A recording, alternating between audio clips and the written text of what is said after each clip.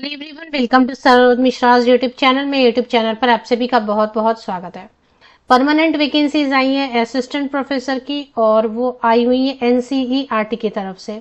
तो एनसीईआरटी की तरफ से वैकेंसीज तो आती रहती है, but this time permanent vacancies हैं। Assistant professor, associate professor and professor posts हैं।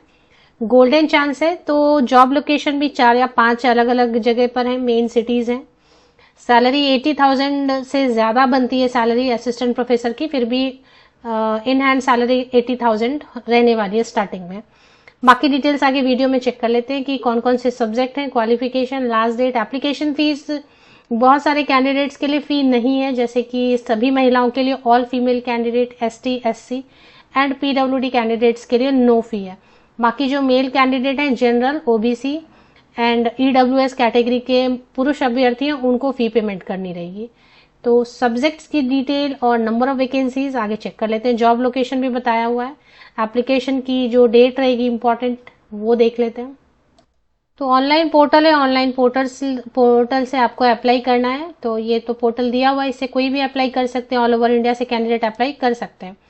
एडवर्टीजमेंट नंबर 174/2024 एनसीईआरटी की तरफ से नोटिफिकेशन रिलीज हुई है, जिसमें कि जॉब लोकेशन रहने वाली है दिल्ली में तो रहेगी ही, क्योंकि दिल्ली में बेसिकली मेनली जो दिल्ली में है, और इसके अलावा जो है ना, इसके कॉन्स्टिट्यूएंट यूनिट्स हैं अजमेर में, भोपाल में, भुवनेश्वर, मैसूरू एंड शिलोंग में। तो 1, 2, 3, 4, 5, 6 जगह पर इसके जो रिक्रूटमेंट पोस्टिंग होगी वो 6 में से किसी एक जगह पे होने वाली है।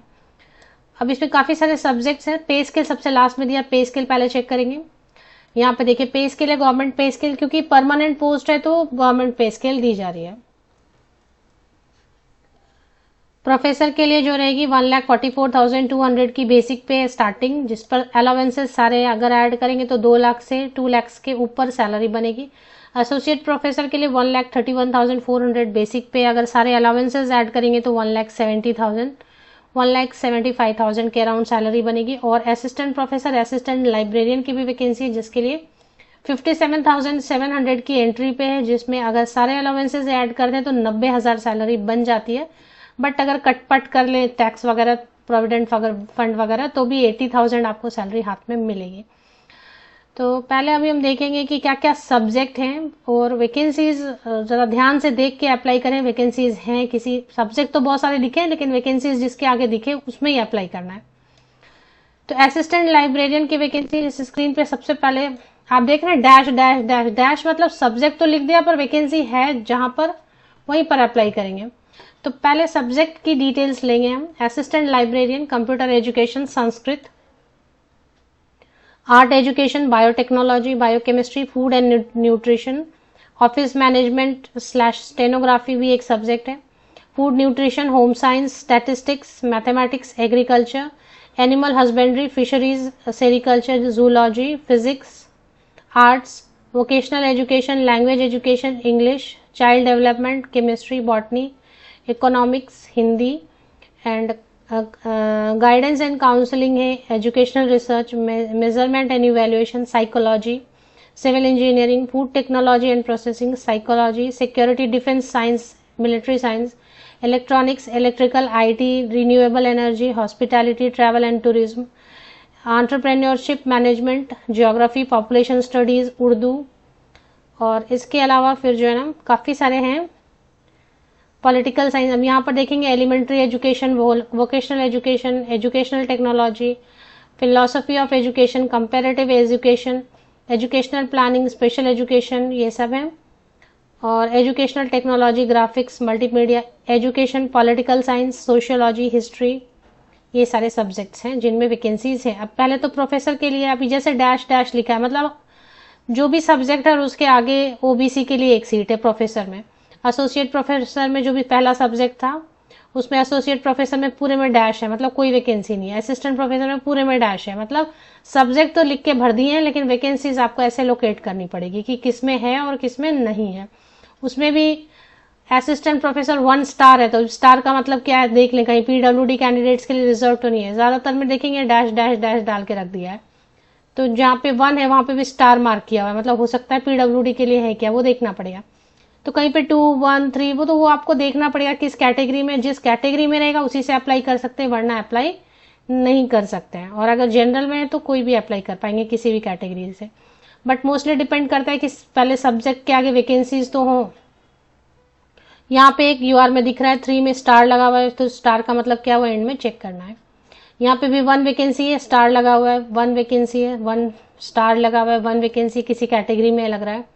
इसमें एक कोई सब्जेक्ट है जिसमें 1 एंड 1 स्टार है, तो कुछ तो ये आपको चेक करना होगा सब्जेक्ट के सामने में, पूरा जो लिस्ट है उसको ठीक से देख के ध्यान से अप्लाई करना होगा। चलिए अब देख लेते हैं। 1000 रुपीज फीस रहेगी जिनको फीस देनी और जिनको नहीं देनी। पहले एजुकेशनल क्वालिफिकेशन समझेंगे जो एनसीईआरटी ने दे के रखा हुआ है। मैंने आपको ये बता दिया कि कहाँ कहाँ पर उसके कॉन्स्टिट्यूएंट जो यूनिट्स हैं वो 4-5 जगह मैसूरू में है, भुवनेश्वर में है, तो वो सब जगह पे पोस्टिंग हो सकती है।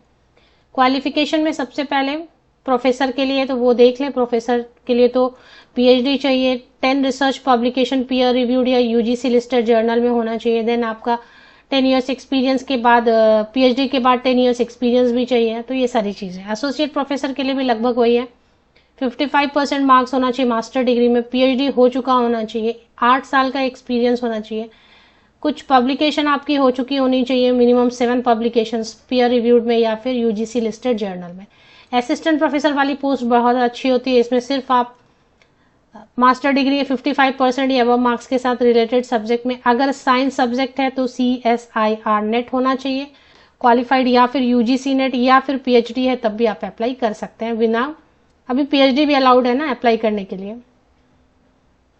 या वर्ल्ड यूनिवर्सिटी रैंकिंग में आने वाले टॉप 500 में से किसी एक फॉरेन यूनिवर्सिटी या फॉरेन इंस्टीट्यूशन से आपने पीएचडी डिग्री की ली हुई है तो भी आप अप्लाई कर सकते हैं। असिस्टेंट लाइब्रेरियन के लिए भी सेम वैसा ही है, नेट होना चाहिए, 55% मार्क्स लाइब्रेरी साइंस में मास्टर डिग्री में होना चाहिए। चलिए अभी फीस की बात कर लेंगे।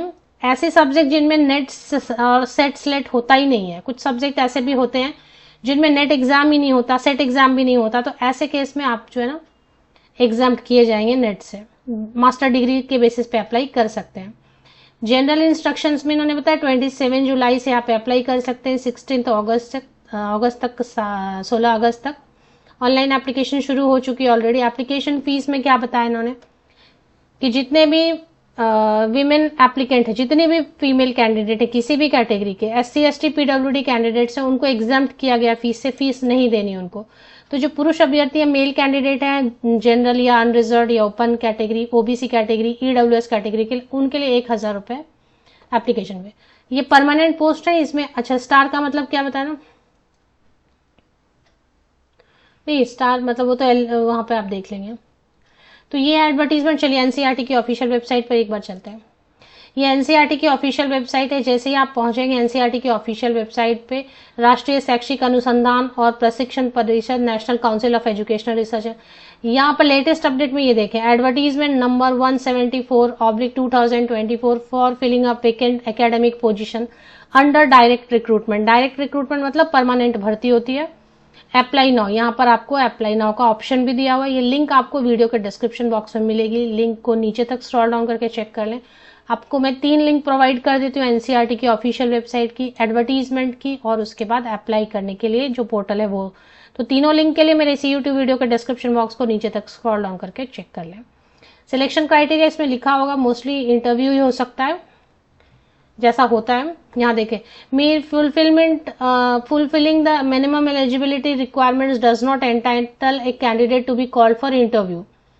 तो इसका मतलब ये है कि आप अप्लाई कर देंगे, इसका मतलब ये नहीं है कि आपको इंटरव्यू के लिए बुलाएंगे, वो शॉर्ट लिस्ट करेंगे। वो तो हर जहां पे भी आप अप्लाई करते हैं, हर यूनिवर्सिटी में शॉर्ट लिस्टिंग होती है, लेकिन एग्जाम नहीं होगा। कहने का मतलब ये कि जो शॉर्ट लिस्ट होंगे उनको पता चलेगा कि हाँ भाई शॉर्ट लिस्ट कर लिए गए, उनको बुलाया जाएगा इंटरव्यू के लिए। और इंटरव्यू के बाद जो है ना, all certificates, degrees and other documents must be produced in original for verification at the time of interview if shortlisted। तो जब आपको इंटरव्यू के लिए शॉर्टलिस्ट किया जाएगा, बुलाया जाएगा, सारे ओरिजिनल्स आपको केयरफुली कैरी करने हैं। जितने भी पासिंग सर्टिफिकेट 10 से लेके अभी तक marksheet, passing certificate, semester wise, year wise रहेंगे, उन सबको कैरी करना है। आप अपना आइडेंटिटी प्रूफ लेंगे, फोटोग्राफ लेंगे। और अगर आपको इंटरव्यू के लिए शॉर्टलिस्ट किया जाता है तो आपको ईमेल से या फोन से या फिर कोई लेटर मिलेगा आपको, तो आप अटेंड करेंगे और ओरिजिनल्स कैरी करेंगे। उस वक्त एग्जाम नहीं होगा।